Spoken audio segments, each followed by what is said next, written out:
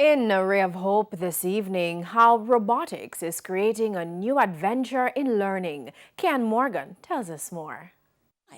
Robots, a driving force in the world of technology. And the students are coding them right here in Jamaica.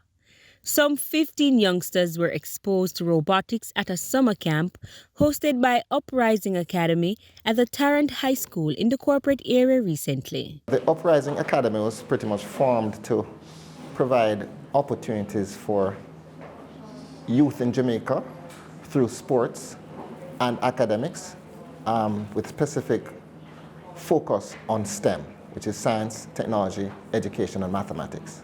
Robotics and STEM engineer Wayne Thompson believes exposing children to programming at a tender age is a plus. What we want to do with the kids is for them to connect what is happening in the classroom with real-world experiences. I always thought it was incredibly hard, and when I came here, I thought it was going to be extremely boring. I was going to have to sit in some science camp all day, but it's looking good now. They can even learn how to program cars and those stuff, so when you think about it, it's very fascinating. I didn't know what to expect, but I didn't expect it to be this fun.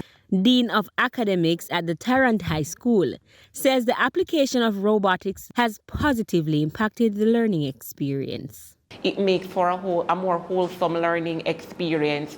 So someone who might not be particularly excelling in one area, because you're able to draw their area of interest, you get to bring it together for them as a student. And learning how to code may lead to big opportunities in the future. We're in a global space competing, and we want to give our kids the best possible chance. We know that they can code.